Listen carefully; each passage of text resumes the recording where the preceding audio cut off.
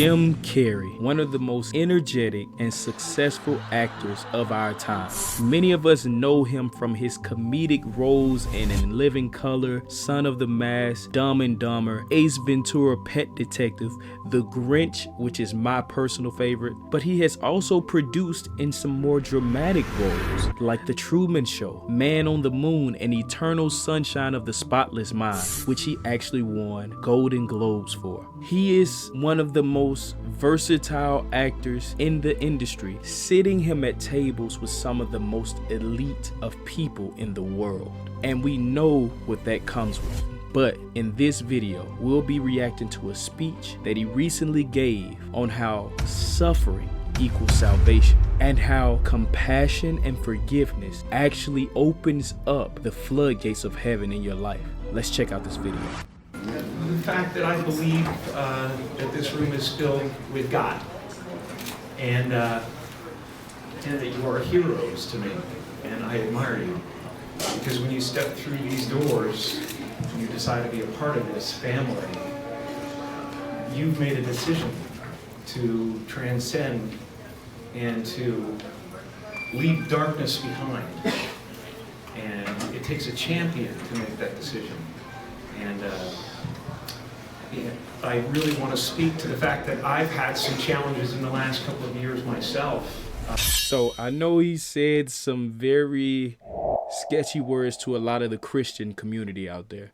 To a lot of the Christian community, the word transcend and some of those more mystical words, they don't like that. But I would advise and I would recommend you stay until the end of this video to see exactly where he's going with this. And I know the narrative that those words kind of entail, that maybe he's one of those true seekers who is looking for this consciousness. But when you watch this video, you'll begin to soon realize exactly what he means, that many of us have transcended by making this specific decision. Okay. Ultimately, I believe that suffering leads to salvation. And in fact, it's the only way. That we have to somehow accept and not deny, but feel our suffering and feel our losses, and then we make one of two decisions. We either decide to go through the gate of resentment, which leads to vengeance, which leads to self-harm, which leads to harm to others, or we go through the gate of forgiveness, which leads to grace. And your being here is an indication that you've made that decision already. I want y'all to catch what he said. Now, this is a very bold statement coming from somebody of his stature. You know, the right people get wind of this and they try to destroy your reputation. They try to break you. They try to make you look bad in the eye of the public. They try to cancel you and all these type of things.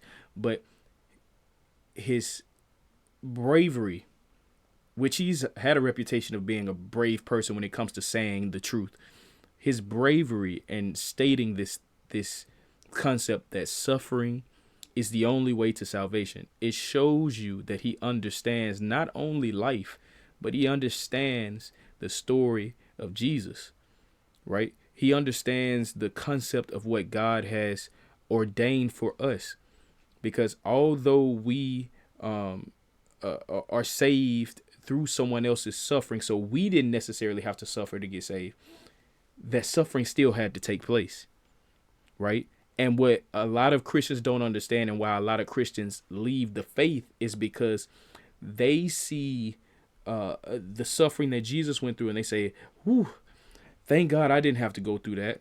I can just receive the benefits, which is true. You receive the benefits, but what they don't understand is you have a fallen nature. You and I have a fallen nature, so we have to adjust our nature to what we have now received. And that takes suffering. We have to suffer because what we have now received is different from the nature that we were born with.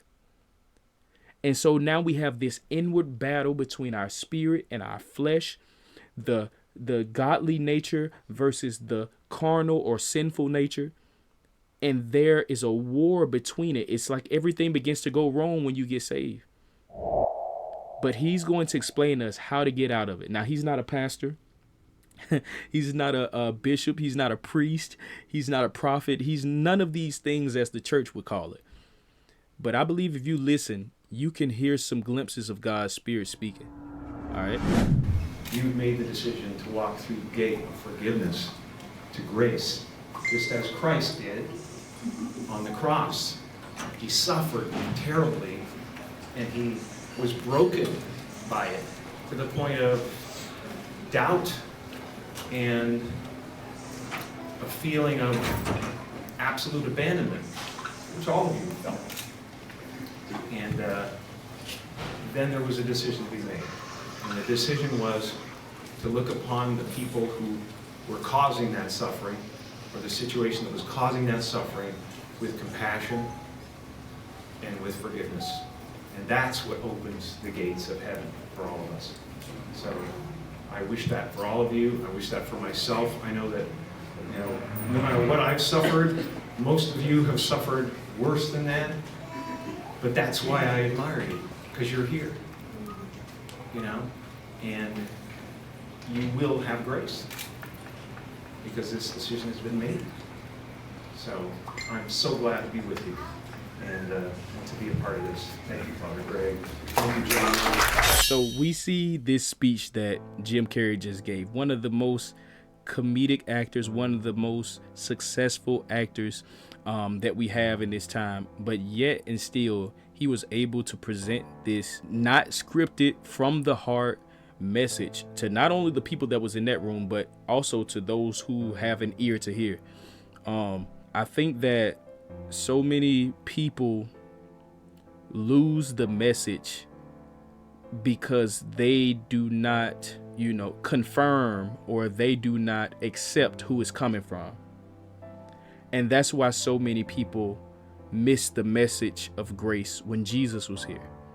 That's why so many people miss the message of salvation and healing when Jesus was here, because they could not accept who it was coming from. Matter of fact, in Mark, it even says that Jesus was trying to do miracles in his own hometown, and none of them received the miracle or had a miracle performed on them because they had unbelief. They did not believe.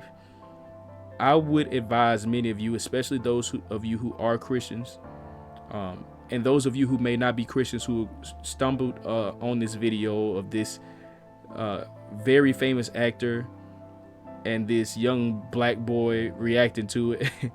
I would advise you guys to listen to this video again, see where your life fits in it, see where, your life can be seen and compared and parallel to what he has said, and how actually the horrible things that you've been through, the pain that has been birthed in your life and from your life, the people that you may have even caused harm to, how that is actually a part of your path to salvation.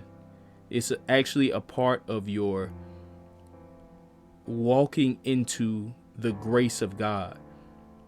And one thing I want y'all to understand, and that he mentioned, he said that compassion and forgiveness are essentials, right? They are essentials of the floodgates, or the windows of heaven, to be open over your life. But what good is it in forgiving or loving those who have done no wrong to you? How easy is it to show compassion to people who have done nothing wrong to you? It's easy to show love and to say, I forgive people who are already notoriously good people. But where the power of compassion and forgiveness comes in is when those who criticize you, those who participate in your suffering, those situations that produced the bitterness that was in you, that we find compassion and forgiveness in those situations. And by doing so, we produce what the Bible calls the fruit of the Spirit. We produce fruit that comes from God. We produce benefits and experiences that are birthed by God in our life. Literally God sent. So I hope you enjoyed this video. Give it a thumbs up. If you want to enjoy something fun, go check out our other channel, Dom Dimitri TV, where you can see all these challenges, all these cooking challenges, all these fun things that we're doing. It's super cool. Go subscribe there and check that out. And also make sure you subscribe in order for a chance to win a free Make God First Again hat. Now, I hope you enjoyed that video, but this video right here is even more exciting. Go check it out.